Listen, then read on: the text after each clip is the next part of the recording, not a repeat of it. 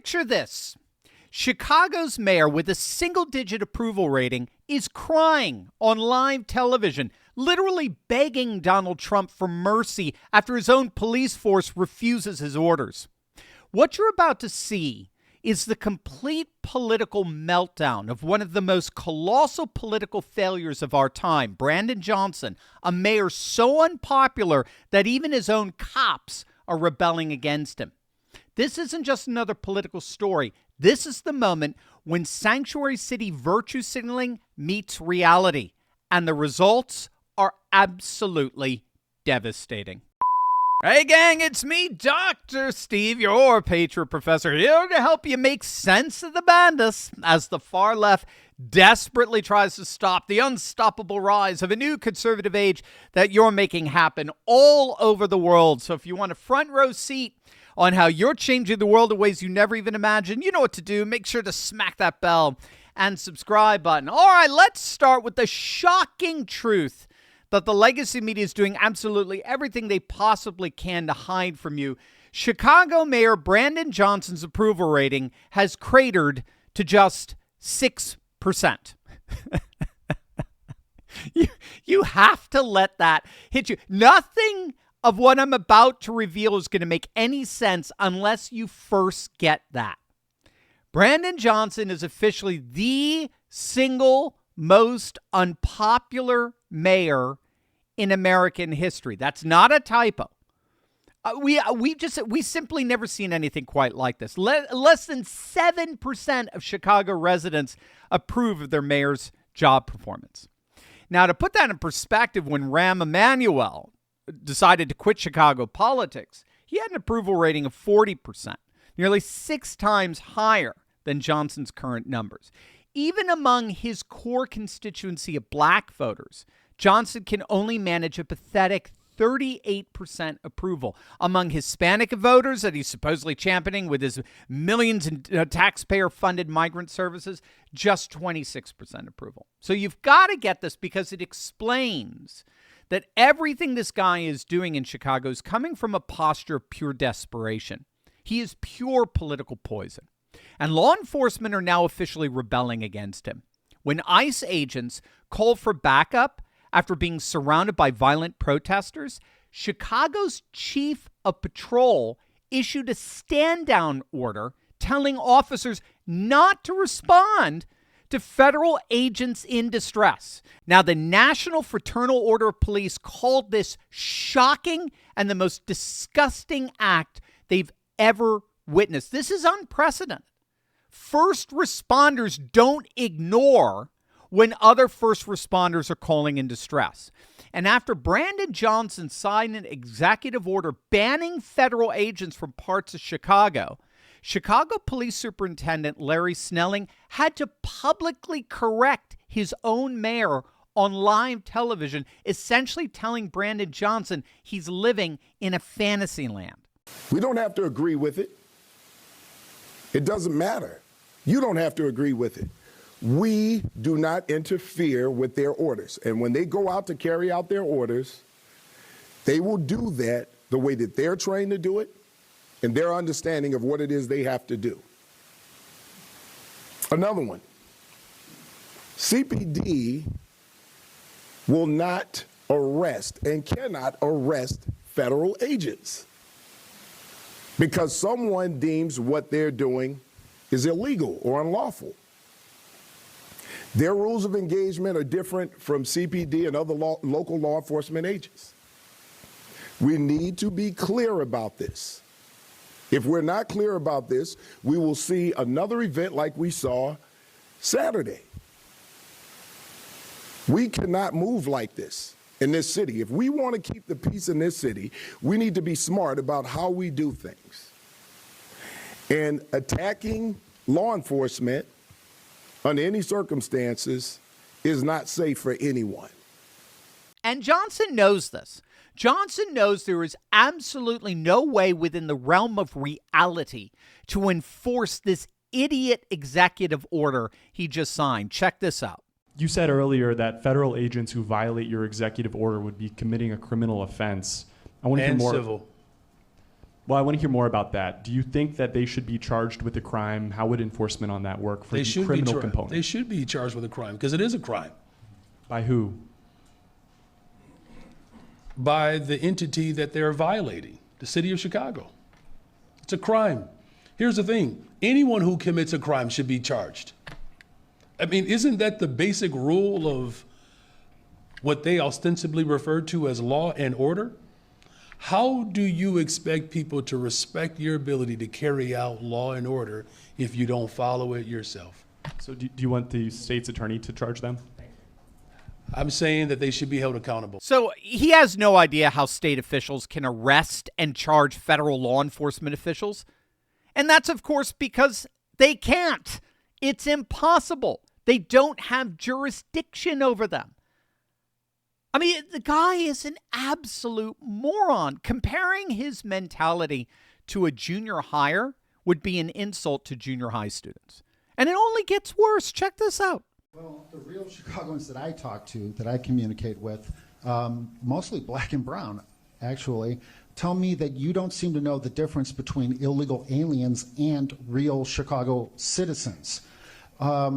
They feel that you are siding with the illegal aliens over them in their communities.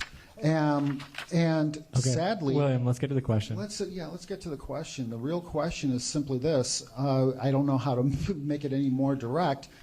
An illegal alien from Nicaragua grabbed a woman on the north side last week, bashed her head into the sidewalk, knocked her unconscious, and raped her. If that had been your wife, Stacey. Okay, all right, we're not going to answer it. Thank you. Thanks, William. All right. Would you want ICE to deport her? All right. To Let's move on. Yes or no? Let's move on. Answer the question as a man. Not as mayor, but as a man. Would you want thanks. Thank you. ICE to deport that rapist? All right. Taman? Okay. Mayor. That's the answer. That's the answer for real Chicago. Mayor. Yeah, this guy is beyond an embarrassment. Even his own press pool is turning against him. And if you could believe it, speaking of, even CNN is calling this guy out. Even the most distrusted name in fake news recognizes a fake mayor when they see one. I got to say, watching Brandon Johnson's complete meltdowns, it got me thinking about how stress affects our bodies. I mean, the guy looks like he hasn't had a good night's sleep in months. And honestly, when you're under that kind of self-imposed pressure coming from your own idiot incompetence, your gut health is the first thing that's going to suffer. Now, when it comes to gut health, traditional kimchi is one of the most powerful superfoods on the planet. But let's be honest, it's not exactly easy to eat every single day. So that's why Brightcore created Kimchi One. Now you can get all the benefits of premium fermented kimchi in convenient capsule form. No mess, no taste, no hassle. I take it every single day, and gang, I absolutely love it. Each capsule delivers over 900 probiotic strains, live enzymes, and antioxidants that help restore the flora in your gut.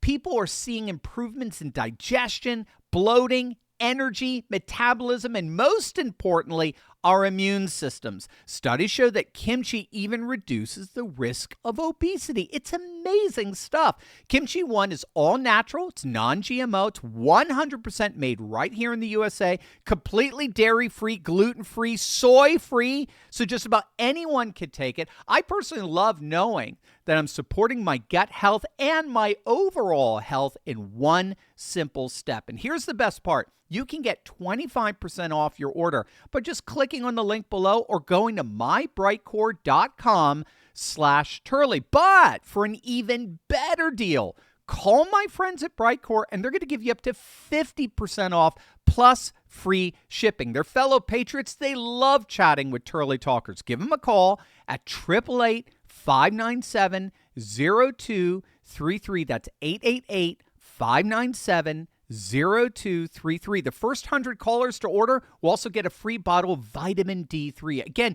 you only get the 50% off and free shipping when you give them a call. Once again, that number is 888-597-0233. That's 888-597-0233. David Urban, wow. You were laughing watching the mayor there. What's that reaction? I was laughing at a couple of things. One, it's like, there's a saying in the law, res ipsa loquitur, the thing speaks for itself. So you have protesters wrestling and tussling with ICE officials, prohibiting them from doing their job. Exactly what the Trump administration is saying is occurring, and why there needs to be federal presence, federal troops there to help protect those ICE agents. So you just watch that video and you can see exactly why you need it. And then Brandon Johnson, the mayor, saying that we have to uphold the rule of law, but yet we're going to allow illegal immigrants to run free in our ICE-free zone city. There is a law that says if you cross the border illegally, it's a crime. And so you can't, in one hand, say we're going to uphold the law, and another hand say, well, certain laws we're going to uphold. We think that immigration stuff's kind of poo-poo, and we're not going to enforce it, but we will enforce this. So I think that it's a joke. It's laughable. Yeah, it's a joke. And he's a joke. And it would be laughable if Johnson weren't so patently pathetic, and if so many people's lives weren't being adversely affected because of his ridiculous, lawless sanctuary city policies.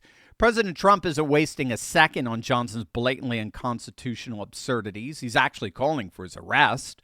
He just posted that both Governor Pritzker and Mayor Johnson should go to jail for willfully failing to protect federal agents. At the same time, Trump is sending hundreds of Texas National Guard troops into Chicago. This after a federal judge refused to halt Trump's order. And the response of that guard has been swift and decisive. Over 1,000 arrests in just the last 48 hours, including 37 members of the Venezuelan Tren de Aragua gang who have been terrorizing Chicago's South Side. Federal agents used Black Hawk helicopters and tactical precision that look more like military operations than routine immigration enforcement. Now, the irony is that while Johnson was crying about authoritarianism, actual Chicago residents were cheering from their porches. I mean, finally seeing their neighborhoods freed from the violent gangs that Johnson's policies had imported. There's some estimates that up to 10% of Chicago's population are violent gang members. So, I mean, needless to say, the federal government's no longer asking for Chicago's permission. They're taking action whether Johnson likes it or not. Now, in terms of the big picture here, this isn't just about Chicago. Johnson's collapse represents the complete failure of progressive sanctuary city policies all across the nation. When your approval rating drops to just 6%, when your own police refuse your orders, when you're reduced to begging for help on pathetic cable news outlets like MSNBC, that's not leadership. That's political suicide. And the contrast could not possibly be starker. While Johnson melts down on live television, Trump is delivering results with precision operations that remove dangerous criminals and restore safety to terrorized communities. Ironically, Chicago was supposed to be like the progressive model for how sanctuary cities could resist federal immigration enforcement. Instead, it's become a cautionary tale about what happens when ideology trumps public safety. Johnson's political obituaries already being written. With approval ratings in the basement and his own police force in open rebellion, he's become a lame duck mayor with over 2 years left in his term. I mean, the question isn't whether he'll survive politically. It's really just how much more damage will he do to Chicago before his inevitable political demise. This is what happens when sanctuary city virtue signaling meets the reality of law and order. And as Trump's immigration enforcement expands to other sanctuary cities across America, more progressive mayors are about to learn the same harsh lesson that Brandon Johnson is learning right now. The age of lawless sanctuary cities is over. The age of accountability has begun. So what do you guys think? Let us know in the comments section below. And of course, make sure to give our good friends over at Brightcore a call and try out their Kimchi one. I take it every single day. I absolutely love it. I know you will too. And they'll love to chat with you. Give them a call at 888-597-0233. That's 888-597-0233. God bless.